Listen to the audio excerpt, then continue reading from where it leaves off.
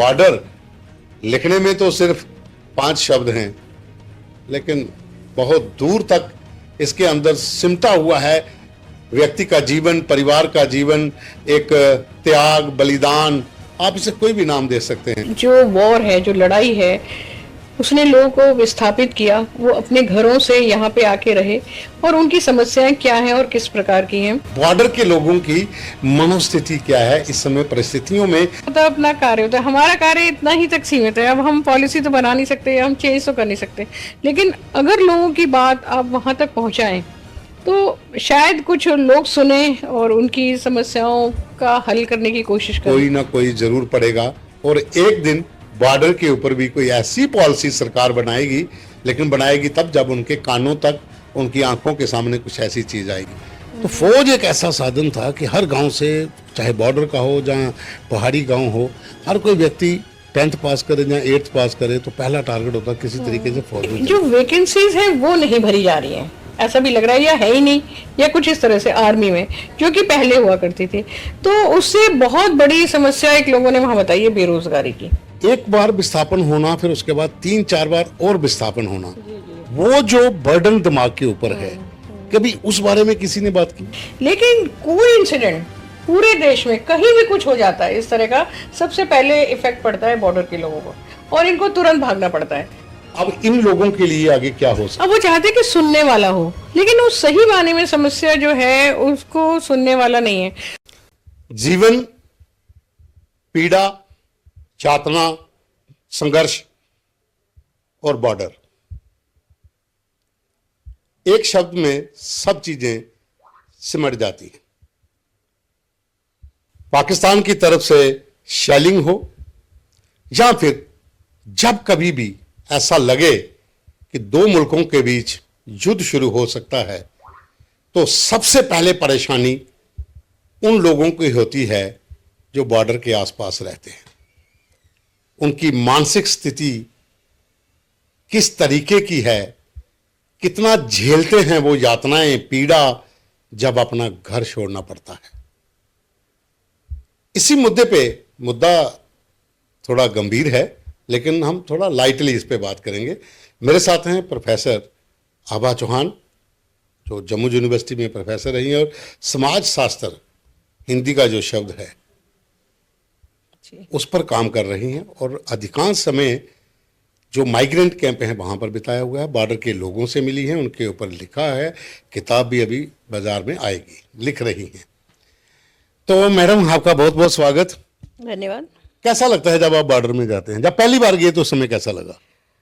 बिल्कुल, सबसे पहली बार तो मैं आपको ये बताऊंगी कि 2001 में मैं जम्मू यूनिवर्सिटी मैंने ज्वाइन किया था डिपार्टमेंट ऑफ सोशियोलॉजी में और एज एसोसिएट प्रोफेसर। फिर 2009 में मैं यहाँ प्रोफेसर बनी और जब मैं बाहर से आई तो 1999 में, उसी थोड़े ही साल पहले कारगिल की लड़ाई हुई थी और वो हम लोग के सबके एक जहन में था।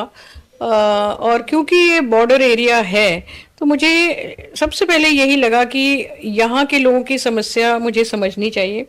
और हालांकि मैंने बहुत ज़्यादा उस समय काम नहीं किया था, लेकिन 2005 में कुछ अपने स्टूडेंट्स के साथ मैं एक देवीपुर कैंप गई। खौर विधानसभा जी। तो वहाँ पे जैसे मैंने देखा कि 99 से 2005 तक लोग रहे, 6 साल। तो वहाँ पे मैंने कोई 1300-1400 घर थे, टेंट थे उनके, और उस समय सिर्फ उस चीज़ पे मैंने कंसंट्रेट किया क्योंकि बाहर से आई थी मैं, इसलिए बहुत ज़्यादा जानकारी नहीं थी जम्मू की, जम्मू कश्मीर की। लेकिन मैं ये ज़रूर देखना चाहती थी कि जो वॉर है, जो लड़ाई है, उसने लोगों को विस्थापित किया। वो अपने घरों से यहाँ पे आके रहे और उनकी समस्याएं क्या हैं और किस प्रकार की हैं।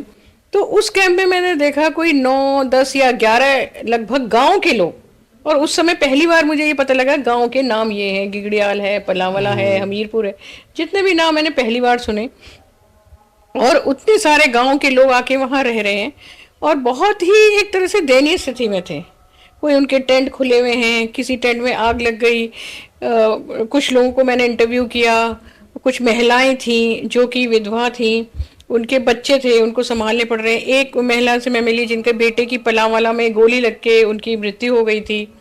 तो एक और महिला थी जिनके हस्बैंड दूध लेने जा रहे थे उनकी डेथ हुई। तो 2 पलावला में तो ये डायरेक्टली केस मुझे मिले। तो स्वाभाविक है कि बहुत पीड़ा हुई उनको, मैंने उनको समझने की कोशिश की। फिर मैंने कहा कि आगे चल के मैं इन पे काम करूंगी, और फिर पता लगा कि 2005-6 के बाद वो कुछ लोग वापस चले गए और कुछ लोगों को ये प्लॉट कई मिले। बार इन कैंपों में ऐसे लोग भी मिलते हैं, जैसे जी। नई नवेली दुल्हन जो कुछ ही दिन पहले जिसकी शादी बॉर्डर में होती है और शादी के दूसरे तीसरे दिन ही घर बार छोड़ना पड़ जाता है। वो एक दृश्य जो होता है, जो बाहर से जाता है कैंप में, जब वो वाली वो स्थिति देखता है, और हो सकता है कि उन्हीं दिनों के आसपास करवा चौथ का व्रत भी हो, और वो भी उसी टेंट में मनाया जा रहा है, उसी कैंप में मनाया जा रहा है, जिनमें से अधिकांश लोग फौज में हैं, वो बॉर्डर पे हैं। जी। अधिकांश लोग गांव में हैं जो मवेशियों को चारा डालेंगे। जी। टेंटों में सिर्फ महिलाएं हैं। जी। वो जो मनोस्थिति होती है उस समय, आप एज ए समाज शास्त्र के हेड होने के नाते डिपार्टमेंट में जो पढ़ाते थे, आपके जहन में क्या आता था उनको देख के? जैसे आपने ये कहा महिलाएं ज़्यादा मतलब एक परिस्थिति से गुजरती हैं, ये मैंने देखा, महसूस किया, क्योंकि अधिकतर मुझे वो महिला ही दिखी। जैसे मैंने आपको एक उदाहरण दिया कि एक महिला थी जो विधवा थी, उनकी जो बेटी थी जो मानसिक रूप से स्वस्थ नहीं थी, तो उस तरह के केस देखे। शादी की जैसे आप बात करें तो मुझे कुछ महिलाओं ने ये कहा कि लोग जो हैं अपनी लड़की भी नहीं देना चाह रहे हैं यहाँ पे। तो इस तरह की सिचुएशन को मैंने देखा। और महिलाएं में आपस में अलग अलग गांव की थी, तो वो वहाँ पे इकट्ठा होके उन्होंने कुछ समूह बनाए, कुछ सत्संग करती थी, तो वो कुछ अपनी जो मानसिक स्थिति उनकी जो थी उसको उभारने के लिए, उस या उससे उभरने के लिए उन्होंने कुछ समूह बनाए, और वो एक अपना एक सोल्यूशन देख रही थी उस तरह से। दूसरा मैंने ये भी देखा कि वहाँ पे कुछ राशन मिलता था उन लोगों को, तो ये काम ज़्यादा महिलाएं कर रही थी कि राशन लाना, कोई पति बीमार है उसको देखना। तो एक तरह से जो काम शायद वो अपने गांव में नहीं करती, वो यहाँ पे करने लग गई थी। तो कुछ चीजें ऐसी थी, जैसे हम रिपोर्टर थे, हम लोग कवरेज के लिए जाते थे जी। कैंपों में। अधिकांश, जैसा पहले कहा, कि महिलाएं ज्यादा होती थी, क्योंकि बाकी लोग जहाँ तो फौज में थे बॉर्डर एरिया के, जहाँ तो गांव में होते थे मवेशियों को, जहाँ जमीन को दे। हमसे वो बात नहीं हो पाती थी, हमसे वो महिला अपना वो दुख नहीं बांट सकती थी जो बतौर एक महिला के साथ, जैसे आपके साथ। कुछ ऐसे किस्से, कोई ऐसा, या किसी ने कुछ ऐसी चीज बताई हो जो अभी तक आपके जहन में हो और वो अभी तक आपको सोने नहीं देती हो? जो मुझे बहुत प्रभावित की थी, जैसे मैंने एक उदाहरण लिया था एक महिला का, जिनका बेटे जो है इनको गोली लगी थी और वो करीबन 26 साल के थे, तो वो उसमें उनकी डेथ हो गई थी। तो जैसे जब उन्होंने मुझे बताया, मैंने कहा आपके कितने बच्चे हैं, क्या है, इस तरह की बात हुई, तो वो बता नहीं पाई ज़्यादा। और वो क्योंकि उनकी अब जवान लड़के की मृत्यु, आप समझ ही सकते हैं कि किस तरह से महसूस हुआ था। इस तरह का मैंने देखा। और उसी तरह से एक दूसरी महिला थी, वो भी यही कह रही थी कि वो मेरे पति दूध लेने गए थे तो गोला उनके ऊपर लगा, इस तरह के थी। एक महिला ये बता रही थी कि किस तरह से मतलब हमारे टेंट में आग लग गई थी, है ना, तो किस तरह से वो उन्होंने कोप अप किया, किस सिचुएशन को किस तरह से संभाला, ये था। तो इस तरह के मैंने जो इंसिडेंट सुने, तो फिर मुझे बहुत ही ज़्यादा मतलब नेचुरली अब वो फील होता है। और जो महिला एक जिनकी बेटी का, जैसे मैंने बताया कि मानसिक रूप से पूरी तरह स्वस्थ नहीं थी, वो वहाँ पे काम करती थी, जैसे चाय बनाने का, पिलाने का, इस तरह से काम करती। तो उनके साथ भी बहुत दर्दनाक बात, कई कई हादसे हुए। जब वो कह रही थी कि हमारे पास ज़मीन थी गाँव में और हमें कोई दिक्कत नहीं थी, कोई परेशानी नहीं थी, अब यहाँ पे लोगों के लिए हमें काम करना पड़ रहा है। तो थोड़ा सा इस तरह की कुछ ऐसी स्थिति हमने देखी जो मतलब एक बॉर्डर के लोगों की, हम एक ही सब्जेक्ट पे बात कर रहे हैं, बॉर्डर। बॉर्डर पे जो युवा पीढ़ी है, यंग एज के जो लड़के थे, उनका एक ही साधन होता था कि फौज में जाना। और फौज ने मैक्सिमम इन लोगों को ही ज्यादा चांसेस दिए भी, क्योंकि शहरी क्षेत्रों से बहुत कम लोग जाते थे। तो फौज एक ऐसा साधन था कि हर गांव से, चाहे बॉर्डर का हो, जहाँ पहाड़ी गांव हो, हर कोई व्यक्ति 10th पास करे या 8th पास करे तो पहला टारगेट होता किसी तरीके से फौज में चले। अब उन लोगों पे ये भी एक चिंता का विषय है कि उनको रोजगार नहीं मिल पाया, क्योंकि फौज ने भर्तियां करना बंद कर दी और अग्निवीर स्कीम ला दी। जी। अग्निवीर की स्कीम को लेके भी कुछ लोगों से बात की, तो बहुत सारे लोग तो खुश नहीं है इससे, क्योंकि अब बहुत छोटी सी एज में अगर बच्चे को रिटायर कर दिया जाएगा तो फिर ये तो वो लोग महसूस कर रहे थे। और कुछ हमने ये बात लोगों ने बताई कि यहाँ से 70% 80% लोग यहाँ हाँ, फौज घरों में से थे। फौज में जाते हैं, और हर घर में लगभग कोई ना कोई एक या दो व्यक्ति जाते हैं। और उन्होंने ये बताया मुझे, कुछ यंग बच्चे थे, जैसे एक लड़का मिला था, वैसे वो अब 28 साल का हो गया है, हमीरपुर गांव में, अभी कुछ दिन ही पहले। और मैंने कहा बेटा आपने मतलब क्या कर रहे हैं आप? तो कह रहा था मैं 12वीं पास हूँ लेकिन मैं कुछ बेरोज़गार हूँ। तो हमने कहा भरा नहीं है फॉर्म? कहते हैं कि असल में नौकरियाँ निकल ही नहीं रही हैं, उसका तो ये कहना था। और पहले क्या होता था कि 4-4 5-5 बार हम साल में फॉर्म भर देते थे, और पैसे भी कम होते थे, या लगभग कुछ ने तो कहा कि हम पैसे ही नहीं फ्री में भी भरते, भर जाते थे फ्री कुछ। में भी भरते थे। आजकल कहता है कि हमारे पास इतने पैसे ही नहीं है कि हम भरें, और कई बार हमें जाना पड़ता है, ब्लॉक ऑफिस जाना पड़ता है, वहाँ पे हमारे खर्चे होते हैं। तो कहते हैं कि जो वैकेंसीज हैं वो नहीं भरी जा रही हैं, ऐसा भी लग रहा है, या है ही नहीं, या कुछ इस तरह से आर्मी में, जो कि पहले हुआ करती थी। तो उससे बहुत बड़ी समस्या एक लोगों ने वहाँ बताई है, बेरोजगारी की। और जब जमीन जाती है और देखिए, एक बेरोजगारी हो एक तो फिर एक मुश्किल एक चीज होता है। मेरे जहन में थी कि 1965 से ये माइग्रेशन शुरू हुई थी। हालांकि 62 पे भी हम लोग चाइना वॉर के साथ। चाइना वॉर के समय भी ये था कि शायद निकलेंगे घरों से, तो बिस्तर बुस्तर बंद गए थे। जी 65 का माइग्रेशन हुआ, 71 का हुआ, जी फिर बीच में ऑपरेशन पराक्रम चला था, उस समय भी घर खाली करवाए गए, हालांकि युद्ध नहीं हुआ। फिर कारगिल वार हुआ, 3-4 बार का ये माइग्रेशन, और 1947 का माइग्रेशन। जी जी जी क्योंकि बहुत से लोग जो बेस्ट पाकिस्तानी रिफ्यूजीज हैं, जो पीओजेके के रिफ्यूजीज हैं, वो उस समय वहां से निकले थे। एक बार विस्थापन होना, फिर उसके बाद 3-4 बार और विस्थापन होना, जी जी। वो जो बर्डन दिमाग के ऊपर है, कभी उस बारे में किसी ने बात की? जैसे मैं आपको बताऊं कि मैंने कुछ कुछ केस स्टडीज़ भी की हैं, तो उसमें उन्होंने मुझे बहुत बार, जैसे मैंने ये लिखा 47 48 62 65 1971 1987 1996 1991 2001 और 2000 अभी जो अभी जो हाल ही 25 का है, सिंदूर। 25, हाँ, जो इसमें तो गांव खाली करवा दिए थे उन्होंने, है ना। तो उनका ये कहना है कि केवल लड़ाई ही नहीं, 65 71 99 वॉर्स हुए, लेकिन जरा सा, अब जैसे 2001 में पार्लियामेंट अटैक हुआ था, अब यहाँ हो रहा है पहलगांव में, यहाँ नहीं हो रहा है, लेकिन कोई इंसिडेंट पूरे देश में कहीं भी कुछ हो जाता है इस तरह का, सबसे पहले इफेक्ट पड़ता है बॉर्डर के लोगों को, और इनको तुरंत भागना पड़ता है।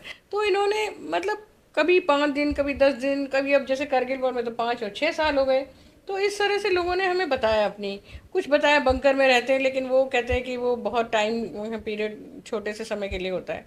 तो ये लोगों ने बताया है कि किस तरह से उनको समस्या है बार बार, जिसको हम कहते हैं रिकरेंट माइग्रेशन या डिस्प्लेसमेंट जो है वो होता है, और अनसर्टेनिटी है, पता नहीं है, हम बैठे, कई बार तो कहते हैं हम बैठे बात कर रहे हैं, पता नहीं कब से फायरिंग शुरू हो जाए। बिल्कुल। तो हमने ऐसे ही हंस के कहा था कि भाई हम थोड़ा एक्सपीरियंस कर लेते हैं, लेकिन वो एक्चुअली बहुत ही नहीं, दर्दनाक हमने स्थिति बहुत होगी। किया, आपने हमने किया? रिपोर्टिंग टाइम पे बहुत किया हुआ है। अच्छा हमारी तो अच्छा, गाड़ियों के ऊपर से शेल जाते थे, चल जाते थे। वो शरे भी लगे हुए हैं गाड़ियों को, तो बड़ी मुश्किल से जान बचा के भी आए हुए हैं। एक मेरा सवाल और था जी कि आखिर हर बार बॉर्डर के लोग ही टारगेट होते हैं, जी। तो क्या सरकार के पास कोई ऐसी योजना नहीं है कि युद्ध की हुंकार से पहले ही लाइफ को बचाने के लिए इन लोगों को सेफर प्लेस पे लाया जाए? वादे होते हैं हर बार, बंकर नहीं बचा सकता, बंकर नहीं होता। बंकर आपका टेम्पररी है, लेकिन आपको सेफर प्लेस पे लाना, जान बचाना, वो बड़ा जरूरी है। हर बार प्लाट की बात होती है, लेकिन वो सब हवा में है। प्लॉट के बारे में लोगों ने बताया लगभग सभी गांव में। अब जैसे मैंने को कोड़े वाला कैंप जो है, वहाँ से सामुआ छपरियाल वगैरह के लोग आए, और जैसे नाई वाला में गिगड़ियाल, सेंत, गरड़, देवीपुर, ठंडी चोई, यहाँ के पलांवाला, हमीरपुर, इस तरह से अलग अलग गांव के लोगों ने बताया कि हमें मिला है। जैसे आपको तो पता ही है, हाँ, आप वो जितने टाइम कुछ से लोगों को रिपोर्ट करें, स्टार्ट 5 मरला जमीन और 50,000 रुपए। तो वो कह रहे हैं कि हमारा वो शायद ओनरशिप राइट है नहीं उनका उस पे, और इतने 50,000 से तो वैसे भी कुछ नहीं होता, कोई शायद नींव पड़ पाई होगी मुश्किल से। तो ये इनको मिला जरूर है, और ये लेकिन गवर्नमेंट को क्या लगता है कि ऐसा कोई लाना चाहिए योजना? मकान बनाने की उनके मकान लिए। बनाने की सेफर प्लेस पे जगह देखो। हाँ, मकान तो मेरे ख्याल से सरकार बना के उनको दे ही सकती थी, मतलब बजाय इस चीज़ों के।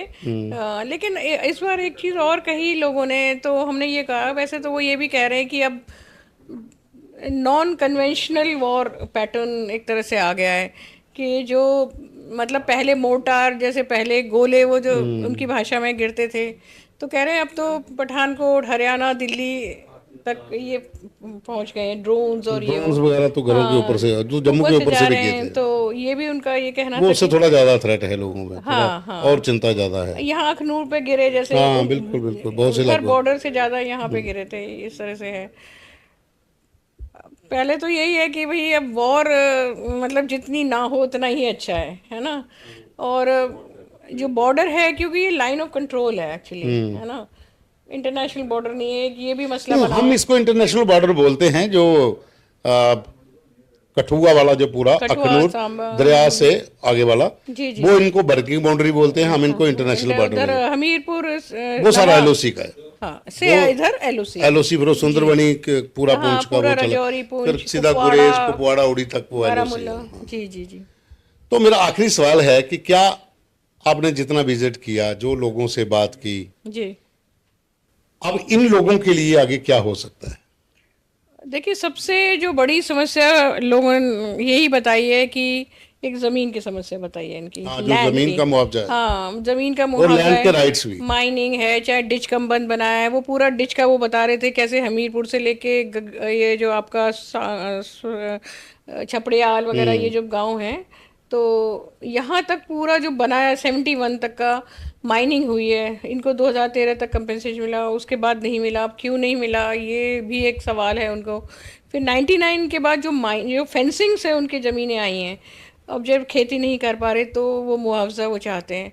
तो ऐसा सुना था वहाँ की कोई वन टाइम कंपनसेशन की बात चल रही है कि हाँ इनको दे दिया जाए, वो उस तरह से। अभी पता नहीं है मुझे, इसकी डिटेल कुछ नहीं पता है भी या नहीं, ये नहीं जानते, पर ऐसे लोग कुछ बात कर रहे थे। तो मुझे लगता है कि ये जो जगह है बहुत ज़्यादा एक फर्टाइल लैंड है, बहुत अच्छी खेती होती है। अभी आप जाइए तो हर जगह गेहूँ लगा हुआ है। तो ये जो ज़मीन इनके लिए, और बेसिकली खेती करने वाले लोग हैं ये, तो हमें इनकी ज़मीनों को बहुत ज़्यादा बचाने की आवश्यकता है और इनको इन कंपेंसेशन लोगों को इन देने की लोगों ज़रूरत है। को जो हम इंटरेक्शन करेंगे, जैसे आप जाते हो, आपकी टीम जाती है, जब जी इन लोगों से इंटरेक्ट होते हो, जी जी। क्या उन लोगों को थोड़ी राहत मिलती है कि कोई हमसे बात इस तरीके से कर रहा है? हम लोगों ने तो कुछ मीटिंग्स भी की हैं, कुछ ग्रुप डिस्कशंस भी किए हैं, सरपंच हैं, पंच हैं, बाकी लोगों के साथ, जैसे अभी गिरगियाल में ही किया, हमीरपुर में किया बहुत रिसेंटली, अभी पलावला में और सामुआ में। तो विमेन पंचायत सरपंच भी रही है यहाँ पे। तो उन्होंने हमें बहुत, जैसे हम कहेंगे अंग्रेजी, बहुत एंथुजियास्टिकली मतलब हमें अपनी समस्याएं बताई। और मतलब कि यहाँ तक कि कुछ लोगों ने कहा देखिए ये नक्शा है, देखिए ये हमारी ज़मीन है। मुझे कुछ ऐसा लगा कि लोग अपनी समस्याएं बताना चाहते हैं, कलेक्टिवली बताना चाहते हैं, इंडिविजुअली, व्यक्तिगत रूप से, सामूहिक रूप से, सब तरीके से बताना चाहते हैं। अब वो चाहते हैं कि सुनने वाला हो। अब वो क्या करते हैं कि जो आते हैं, चाहे वो तहसीलदार हो, चाहे वो अपना काम करते हैं, खैर, तो वो लोग उनको घेर के खड़े हो जाते हैं, मेरा क्या है ये, उस तरह से। लेकिन उस सही मायने में समस्या जो है उसको सुनने वाला नहीं है। और गिरगियाल के सरपंच ने एक मीटिंग बुलाई थी काफ़ी, अभी 4-5 दिन पहले ही, तो उन्होंने ये सवाल किया था हमसे कि मैम आप लोग आते हैं, पूछते हैं, फिर इसका क्या होता है। तो हमने कहा कि भाई हमारा काम लिखना है, क्योंकि हम लोग रिसर्च करते हैं, टीचिंग में हैं, और आपकी बात को हमारे आगे तक पहुंचाना है, किताब लिखनी है। तो कहते हैं किताब लिखेंगे तो भी हमारा क्या फायदा है। तो हमने यही बताया कि भाई देखिए आप लोगों के बीच में, लोकल लोगों के बीच में और सरकार के या जो भी पॉलिसी बनाते हैं उनके बीच में जो एक लिंक का काम है वो करना, और आपकी बातें वहाँ तक पहुँचाना।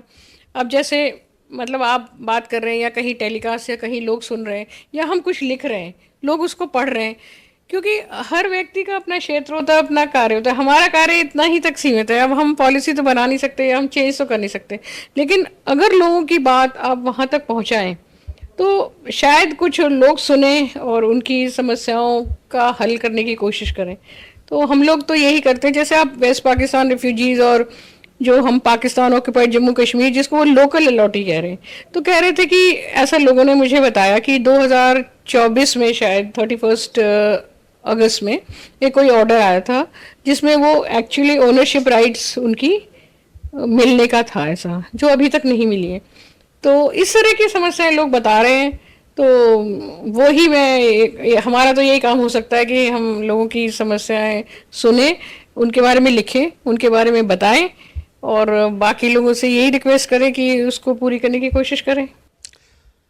तो साथियों, आपको लग रहा होगा कि ये जो बात हो रही थी ना, ये बॉर्डर के लोगों के, शायद हम वेलफेयर के लिए ये शो कर रहे हैं जहाँ इनको कुछ मिलेगा। नहीं, हमारी एक दोस्त है नेहा दीक्षित सॉरी, वो माइग्रेंट्स के ऊपर पिछले कई सालों से काम कर रही हैं। उन्होंने मुझे एक किस्सा बताया था छोटा सा, मैडम आप भी सुनिए जी। वो कह रही थी मैं बांग्लादेश बॉर्डर पे थी, वहां से माइग्रेशन हुए कुछ लोग आए थे और हमें वो कैंपों में घुसने नहीं दे रहे थे।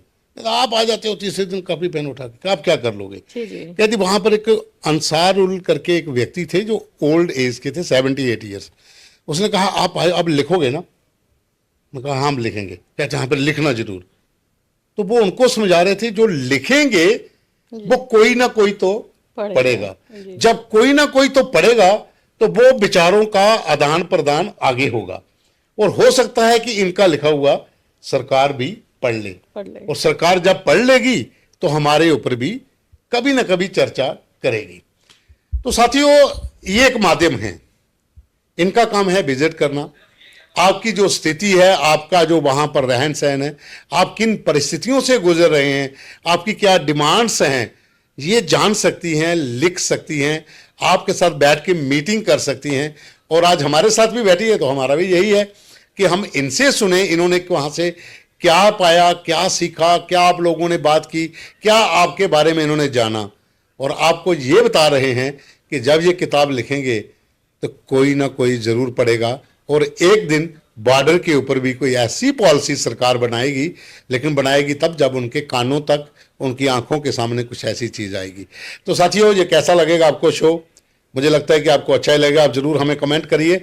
तो ये कहानी थी हमारी कि बॉर्डर के लोगों की मनोस्थिति क्या है, इस समय परिस्थितियों में जो लोग रह रहे हैं वो किस तरह से जीवन व्यापन कर रहे हैं। क्योंकि बॉर्डर लिखने में तो सिर्फ 5 शब्द हैं, लेकिन बहुत दूर तक इसके अंदर सिमटा हुआ है व्यक्ति का जीवन, परिवार का जीवन, एक त्याग, बलिदान, आप इसे कोई भी नाम दे सकते हैं। लेकिन जब किसी भी देश के बीच में बॉर्डर हो तो इस पार हो चाहे उस पार हो, स्थिति एक जैसी होती है बॉर्डर पर रहने वालों की। धन्यवाद। मैं आपका बहुत बहुत धन्यवाद।